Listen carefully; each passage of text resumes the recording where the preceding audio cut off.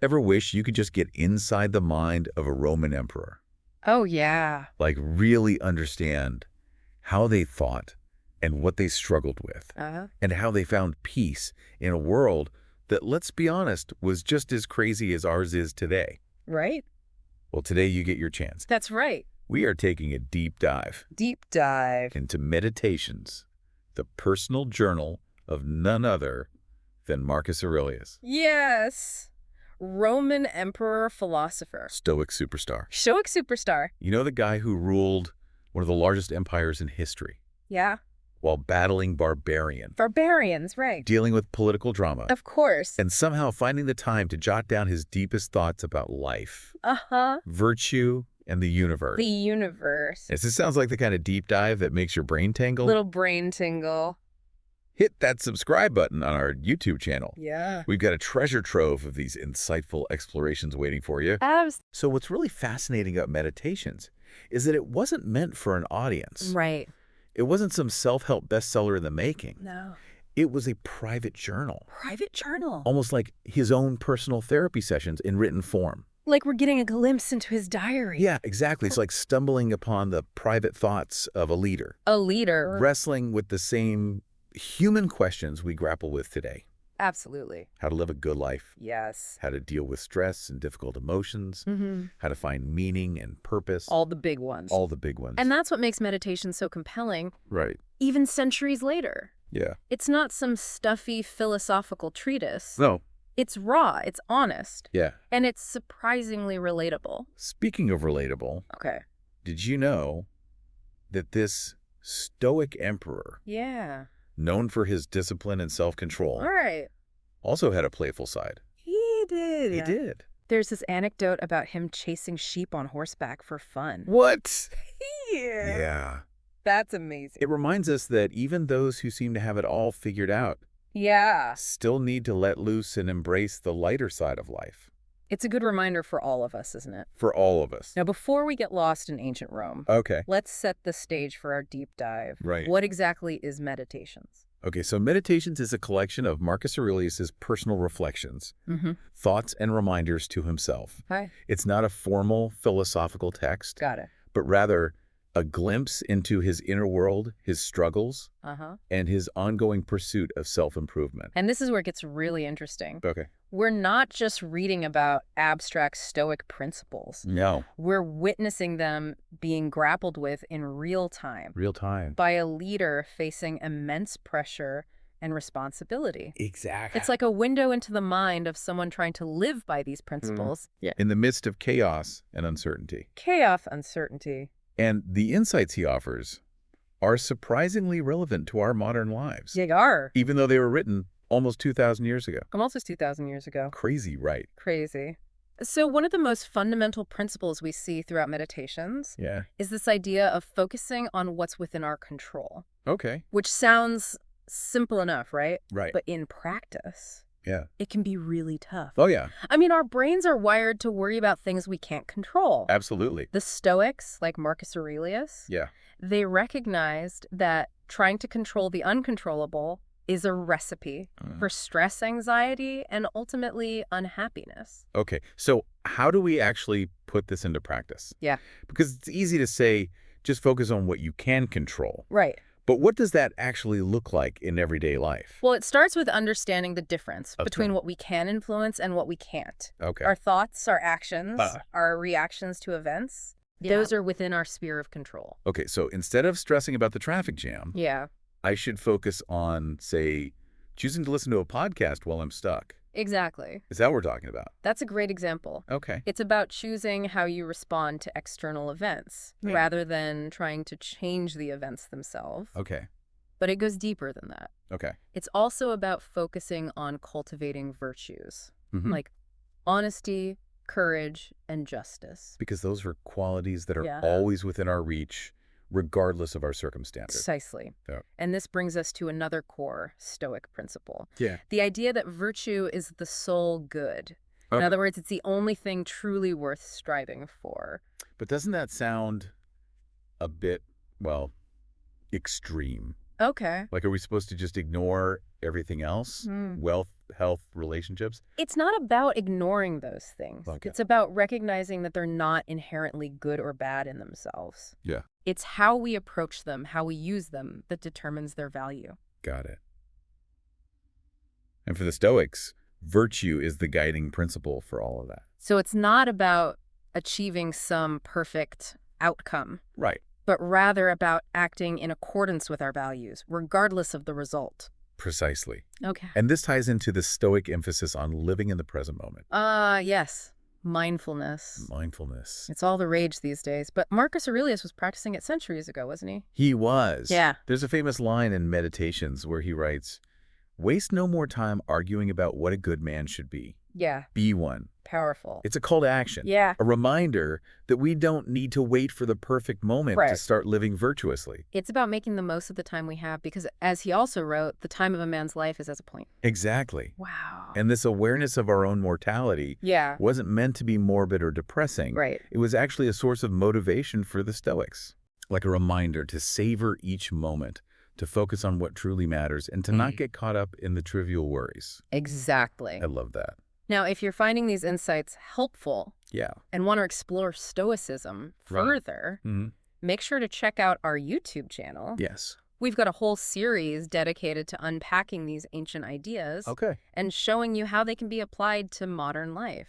Because that's the amazing thing about meditations. Yeah. Despite being written by an emperor almost 2,000 years ago. Right. It still feels incredibly relevant to our modern struggle. And that's a testament to the timelessness of these ideas. Yeah. But it's also worth noting that Meditations wasn't intended for publication. Right. It was a personal journal written for Marcus Aurelius' own benefit. Right. Which makes it even more powerful, wouldn't you say? Absolutely. It's like we're getting this unfiltered glimpse into the mind of someone who, despite being an emperor, was still grappling with the same fundamental questions we all ask ourselves. Yeah. Now, speaking of enduring works, it's interesting to compare Meditations with another classic that has stood the test of time, The Imitation of Christ. Okay, I'm curious, what are the connections there? Okay. Because they seem to come from very different worlds. They do. Yeah.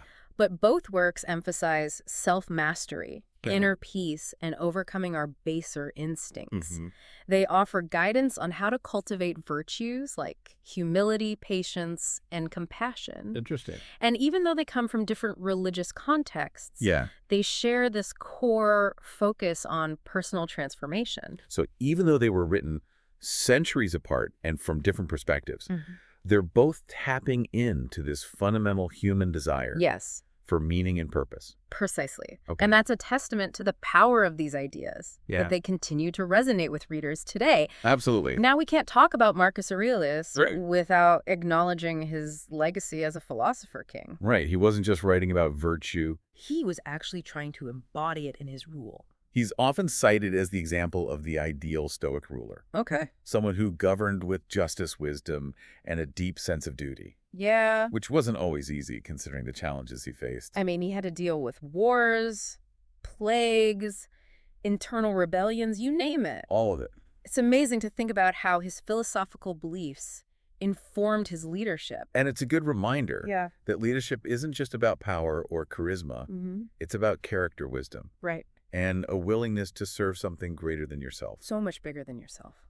Before we move on, I'm curious what stands out to you so far about Marcus Aurelius and his Meditations. What strikes me is how, despite being written by an emperor almost 2,000 years ago, it feels so relevant to our modern struggles. This idea of finding peace within ourselves rather than trying to control the external world is incredibly powerful in a world that often feels chaotic and overwhelming. I completely agree. Yeah. It's a testament to the timelessness of these ideas and the enduring power of self-reflection. Right. And it reminds me of another important Stoic concept we haven't touched on yet, the idea of accepting what is. Okay. And for Marcus Aurelius, this included accepting death as a natural part of life. Right. And this wasn't about being morbid or fatalistic. No. It was about recognizing that death is inevitable. Right. And therefore, we should live each day to the fullest. Exactly. Yeah. It's about appreciating the preciousness of life and not taking our time for granted. For sure. And this leads us to a crucial question. Okay. Are we living in a way that we would be content with if today were our last day? Okay, that's a question I need to sit with for a while. Yeah. This is some deep stuff. It is, but also incredibly liberating. Yeah. Because honestly, that's what I love about Stoicism. It's not just a philosophy. It's a practical guide to living a better life. And Meditations is a book you can return to again and again and always find new insights. Absolutely. Each reading can offer something different depending on where you are in your own life journey. Exactly. And that's the beauty of it. Now, before we wrap up, let's take a quick break. Okay. We'll be back with some final thoughts Okay. on the lasting impact of Marcus Aurelius and how his ideas can help you navigate the challenges of the modern world. And we're back with the final stretch of our deep dive into Meditations. It's amazing how this personal journal of a Roman emperor had become such a source of guidance and inspiration for people across cultures and time periods. It really speaks to the universality of the human experience. It really does. Whether you're ruling a vast empire or just trying to make sense of your own life. Yeah. The fundamental questions about meaning, purpose, and how to live well remain the same. They do. It's like we're all on this journey together. Yeah. Trying to navigate the ups and downs, the joys and sorrows. The joys, the sorrows. And being human. Of being human.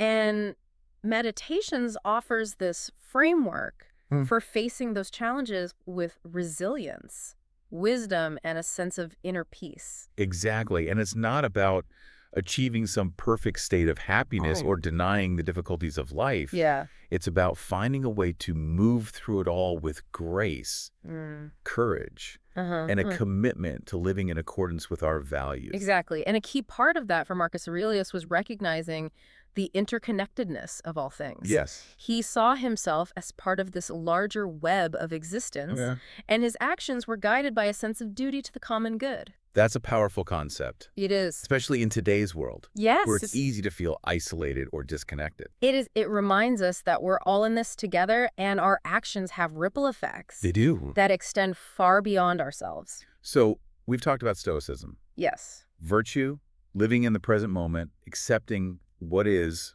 but what's the lasting impact of Marcus Aurelius's Meditations.